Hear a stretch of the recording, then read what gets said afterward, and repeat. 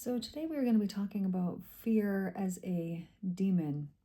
Now, why? Because it is. And if you think about what is going to stop you from living out your purpose, from moving forward and doing all these things that you want to do, it is always fear. Whether it is, actual fear of I'm afraid of this thing, or whether it's fear of failure, or whether it's whatever it happens to be. Fear is the thing that is going to talk you out of your purpose and talk you out of doing what it is that you're supposed to be doing. It's going to tell you things like, oh, don't do that. Don't put yourself out there. People are going to think this. It's going to tell you, oh, well, you've tried this before and you failed in the past. It is going to tell you everything that it possibly can to stop you from moving forward in your life and fulfilling what it is that you need to do. So I am asking you here today to view fear differently, perhaps, than you ever have before. Because I know that there is no way that you are going to ever invite a demon willingly into your life. You're not. You don't want that. However, we sometimes accidentally allow them to come into our life and we don't even know that this has happened. So, when we think about our life as a whole and that fear can often rule our life, let's view this in a few different ways. So right now they're telling me to look at this financially.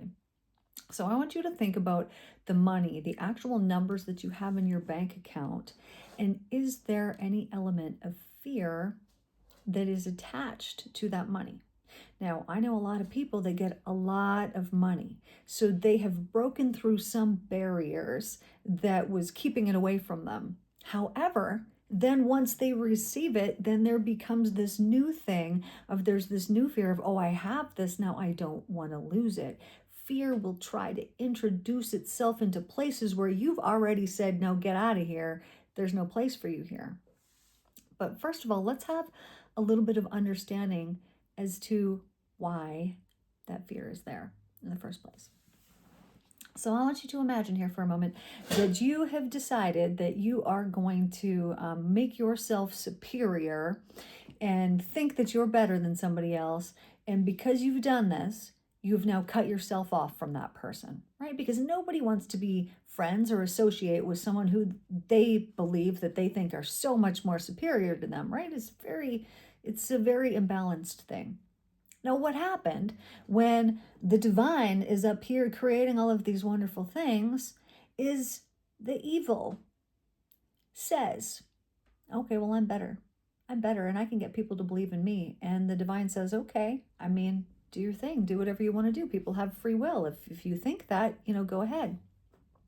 And so the process began, and fear, so sneaky. It's so sneaky though, because it goes under the guise of it's protecting you, right? This is why, in the Bible, which is not the book that I follow, but this is why it says, things can come in so sneakily. It appears like, oh, it's this beautiful thing of light, when in fact, it is not at all. And this is one of those examples, because fear is going to tell you things like, oh, you don't want to embarrass yourself, so don't do that. It's going to tell you, oh, remember how you failed before? Honestly, is this even worth your effort and your time and all the things? It is going to tell you so many different things. Now, the problem comes, because it can tell you whatever it wants. The problem comes is when you believe in it, is when that voice, that fear is telling you these things and you're like, yeah, you're right. Okay, I better not do that. I'm not going to call that person. I'm not going to go down this avenue. I'm not going to do that thing. I'm not going to go and talk to this person. And it could talk you out of everything. It can talk you out of living your entire life if you'll allow it. Now, the purpose of it is in fact to stop you from spiritually progressing. That's its purpose. Like, that is what it wants to do. But the reason why it wants to do this, and this is why we need to forgive it and have compassion for it, is because it cannot progress. I can't progress. If I'm completely filled with fear in my life, I cannot progress in my life. And so the actual element of fear is never going to progress. It can't. It actually cannot. And so what does it want? It wants you. It wants you to come and hang out with it, and it wants you to keep it company because it doesn't want to be here all alone. No, fear doesn't like being alone. It wants you to share what it has. It wants you to share in those energies so that it is not alone. And most people do it. They don't even know that they're doing it. They're living intermingled with this fear entity, negative energy, and they don't even know that that's what it is. And it'll tell them things, it'll talk them into things, it'll talk them out of things, and they're just listening to it, and they don't understand that this is the opposite of source, that this is the opposite of love, because the divine's going to talk you into all these things. When you have something on your heart and you're like, oh, I need to call that person, I need to talk to that person, is that coming from fear? Never, not one time. It is always coming from the divine, but fear might try to intermingle its way in there and say, oh, you want to call them? No, don't do it. Don't do it. And it will talk you out of things that the divine wants for you to have. You might have some beautiful opportunity presented to you, but you do not take it because fear takes over and tells you that you're not worthy of it. You're not good enough. You're never going to be able to have what it is that you really want out of it. Look how many times you failed in the past. It's going to point all of those things out to you that are not the truth, but that will become the truth if you believe in them. It's going to point all these things out to you, and then you have the choice. Do I believe this fear, or am I going to believe this love? Let me give you a perfect example. So there's this woman, she's in a grocery store, true story, and she is going and she's buying her groceries. And she feels the need to buy this bouquet. She never buys herself flowers. That's not her thing. But there is some voice that is telling her you have to buy a dozen red roses. And so she does it because she's like, I have no idea why, but she buys it. So she buys the roses. She leaves the grocery store. She's walking out. She goes in the parking lot, and then she sees this lady who's sitting in her car crying, and she's told, go give the lady the roses. And she's like, okay, like, could this get any weirder? Meanwhile, the whole time, there is that bit of resistance. You can put yourself in her shoes. You know that if you're being told this, yeah, you might do it, but there's probably going to be an element of, okay, what if I look like a total fool? Should I be going and doing this? There's all kinds of things that would have been going through her head while she's, going over to this lady. So anyways, lady's in the car crying. She's got her flowers. She's like, I need to go give these flowers to this lady. So she goes over, knocks on the car, and hey, I'm supposed to give you these flowers, says to this lady. Well, this lady really starts crying now because it was her anniversary. And every single year, her husband would buy her a dozen red roses, which is what this lady had bought. Now, however, this is the very first year that her husband has passed. This is why she's so upset. So sometimes, sorry, that one gets me. Sometimes we are told things so specifically. We are the earth angels, and the divine is saying, hey, go do this thing over here, because we could be blessing people in such a beautiful, profound, wonderful way, because this is how we're meant to work. We all intermingle in this way. We are a giant web. And when this person is suffering over here, all these people get this information like, oh, hey, we can help in this way. And it is only if we listen that we can actually help people in this way. But if we give into the fear, to the entity of fear, it's going to talk us out of buying the flowers, doing the thing, helping this person, answering the prayer, because it is actually the opposite of the love. There is only fear and there is only love, and you get to choose every single second, every single moment of your life which one you're going to give into. And when you give into this one, it feels a certain way, doesn't it? When you give into the fear and you don't do the thing, it is left with this feeling of wondering, of not knowing, of maybe that would have actually worked out, of whatever. It leaves you in chaos. Whereas when you follow the divine guidance, you will never be led astray. You might not always understand the impact that you had when you followed this guidance. So, this woman knew upon handing her the flowers, like, oh man, your husband used to buy you the roses. Clearly this is, heaven sent and divine. But sometimes the messages that we are given, we go and we do these things, but the outcome isn't quite as clear. And it is not until so much later that you understand the impact of that maybe thing that you thought was not significant at all, but the impact that it had. So the other day I was watching this video that popped up on YouTube. And this woman was talking about, she had an NDE, so like a near-death experience. She was dead for however long, and then she comes back. And so she has this experience, and she was shown a life review during this. Now, she was thinking that during her life review, these certain things would have been highlighted, things that she remembered that were pretty significant, that she thought were like pretty awesome. None of those came up. What came up was these little things that she had never even considered or pay attention to. So I'm going to tell you one of them. One of them was that there was this woman in front of her in line in the grocery store. We're talking about the grocery store a lot today. Anyways, I was in front of her. She didn't have enough money for her groceries, and so she paid for it, like however much the difference was. Didn't think really much of it at the time. Now then she sees after the fact the repercussions of that this woman that she helped out, it impacted her so greatly that she began to work with some type of food bank, and like it changed this woman's life completely and helped turn her into a giver in that way. And keep in mind, this woman didn't even remember that was a significant thing, didn't even think of it at the time. It was just something that she did. So you don't even know the impact that you have in your life. You don't even know the impact that you have. But I will tell you, the impact that you have when you live in fear is that you don't have the same impact. Because all the guidance that you're getting, you're talking yourself out of it. But it's not you talking yourself out of it. It feels like it though, isn't it? But if you have fear and it is creeping into your life and it is talking to you and it is telling you things, it is not you. It is not you. It's not even your past programming saying, oh, remember how this thing didn't work out? It is literally an entity energy that is coming into your life and is trying to disrupt things and is trying to stop you from what you're supposed to be doing. And it works. It works so very often. I'm thinking of an example right now. What happens when you're in a relationship and something is really bothering you and you have fear that is telling you, don't speak up, don't say anything, just put up with it. I know many people, I have worked and done what I have done for years and years and years, and so I know that there are many people that just placate their partners, or they just go through life not speaking up, not saying how it is that they truly feel, not saying it is what they truly want, and the only reason that they are doing it is because they are afraid. And so therefore it is fear that is ruling their life, making their judgments, making their decisions, making their choices for them. And they might say, no, but if they really looked at it, they would say, yeah, you know what, that's actually right. It has been fear that has been dictating my life for me. Now, if this is the case, what happens?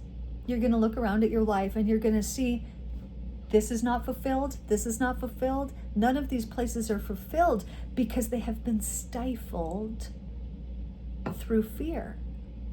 If fear puts the brakes on, it stops us from progressing forward.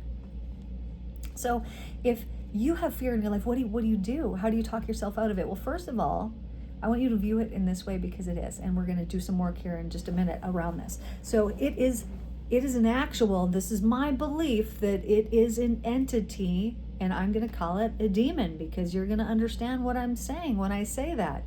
Now, we've talked about this before, but if you were separated from the love of all that is, you would be suffering grievously. You would be so suffering. Even if you've gone through a dry period in your life where you didn't feel that connection to divine, it sucks, right, man? You were feeling suffering. You were feeling like something is missing and your life did not feel right. How do you think that demon feels? Exactly like that, but worse, because they're hopeless. There's actually no hope. They know that that's not changing. They have chosen this for themselves. They have chosen to be fear and to be fear forever. And they know that, well, they're in the fear that there is no love. And so they are suffering so grievously.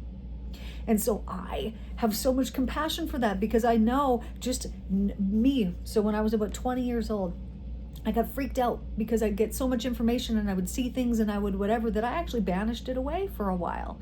Now, the second that I did this, and I'm telling you, it was the second that I did it, I prayed for basically my gifts and all the stuff that I had to leave. And it did. It left the second that I asked it to leave. And the second that it left, it taught me a really big lesson because it lasted for years. The second that it left, I could feel it and I immediately regretted it.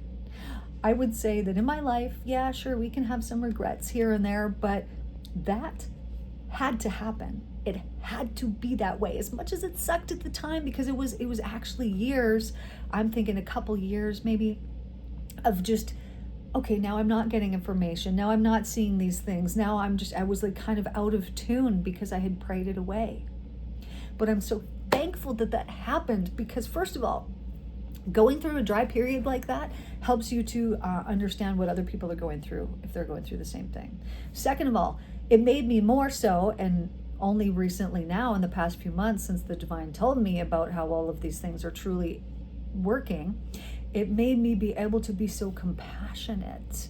And to these entities, I don't see them as something that is bad, but I do see them as something that I'm not going to allow to rule my life. I just see them as a thing.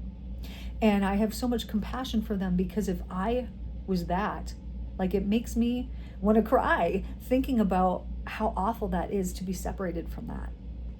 And so I have so much compassion. So what I noticed here, and I've done this with, I tested this out with a client because the result that they told me was the exact same way that I had been feeling when I was working through this. I was going through and literally forgiving demons. And I was told to forgive very specific ones that even at the time it made no sense to me, because I didn't think that they were attached to me in any way or pertained to my life, but they did. And it was through me going through and just compassionately forgiving them that I felt this extreme energetic weight perhaps be lifted. But when I did this with the client, they said it felt like there was actual handcuffs that were released and that came off. It was a really profound experience. So let's do this right now. So we're going to forgive this demon of fear. Why? Because you might be like, I don't want to forgive it, I want to kill it. Well, what happens is when we feed the food that they're made of, they grow. So when we're afraid of the demon, so let me give you another example of that. Some people are afraid of demons, right? That's the worst thing you could do, because you are literally sending out the energy that is like a calling card to them, because it's what they're made of. So if I want to attract love and light into my life, I need to be that love and light, and I'm going to attract these things. But if I want to attract fear-based things, well, then I'm going to live in that fear and I'm going to feed it. So a lot of people watch really scary movies, and they don't even know what they are doing to themselves, that they are attracting and allowing for these energies to live and be present here on this earth. This is what we don't want, right? And so as we can forgive this demon of fear, because we have so much compassion and understanding that, man, I would probably do the same thing. If that was me, if I was that demon of fear and I knew that there was no hope, I would be trying to drag everybody along with me and keep them down there because I'm afraid and I don't want to be alone and I'm all hopeless and all the things. I understand why this energy is doing that. I understand it, and I'm so compassionate towards it. But as we forgive it and as we send it love and compassion, it has nothing to eat. It has nothing to feed on, and therefore it just dies. It just dies. So this is the way that we counteract things, right? When we hate something, we get more hate. When we love something, we get more love. And so when something's very hateful, we just need to give it the opposite of what it is, and pretty soon it's going to starve out and it's going to die, and it's not going to be present in our life anymore. So let's tune into this for just a minute here. So energy entity of fear. I compassionately understand why you're present here on this earth. I understand why you're so intense. And behind closed doors, I understand that you are operating silently and sneakily and divisively. And I don't allow any of that fear-based energy to permeate, infiltrate, or have anything to do with my energy. I'm calling you out right now that you must exit my energy field right now at this moment. And I compassionately forgive you for any harm that you've ever caused me. And I'm so thankful for you that essentially I've been put on the right path towards the divine love, because I've been shown the way that I do not want to be and that I do not want to be seen. And that is living in that fear. I promise to not feed you any more of your food. And I set myself free. I compassionately forgive and understand.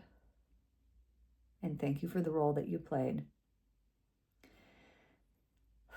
And you are now dismissed from my life and replaced with divine love. Thank you. Okay. And so now, sending out this excited, joyful thanks that wherever that fear was previous to us speaking this out, that we are now allowing and filled with the divine love. Now, energetically, if you were to tune into your body, you could know where that used to be present, and you can see now that there is light that is now replaced. It must be in that place because we're commanding it so. I'm commanding it so. It's done. And so just notice how it is that you feel. Now, I know some of you might feel a little kind of weird right now, honestly, if we're being honest. There might even be a little bit of confusion, I'm being told, that's present. This is going to even out really, really soon. And if you come back and you listen to this again, but instead of choosing fear, you choose some type of other low vibrational energy now and go through this exact same thing, hear the exact same thing again, but hear it with a different low vibrational energy that you're becoming aware of right now, that you know that you need to let it go because you understand what it actually is. All you need to do is listen to this again, but with that in mind, and let's speak it out and let's let it go. Because this is how we clear our energy house, because I know that you are a divine channel and that you're a bright light. I know this. I can see this. There is only one person tuning in here who has a lot of, oh, that's interesting. That has a lot of darker energy, and it's already rebuked. It can't cause any harm to anyone except the sender. And if you have been sending this darker energy out into anyone, right now, I'm calling your karma back to yourself.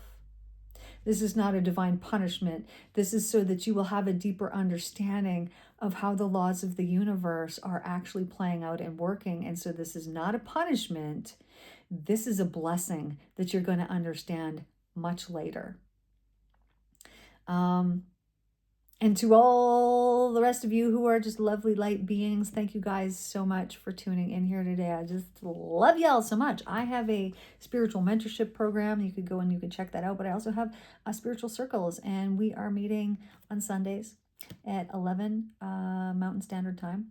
And this is a personal energy tune in. You can go and you can check out the spiritual circles that I have posted up there if you want kind of an example of what it's like. It's only about an hour, but it's a great place to connect. It's a great place to really get confirmation on your spiritual path and to have community, because everybody that shows up there is just wonderful, wonderful, beautiful, loving beings. So I love you guys so much. Thank you guys for tuning in, and I will see you guys in the next one. Take care.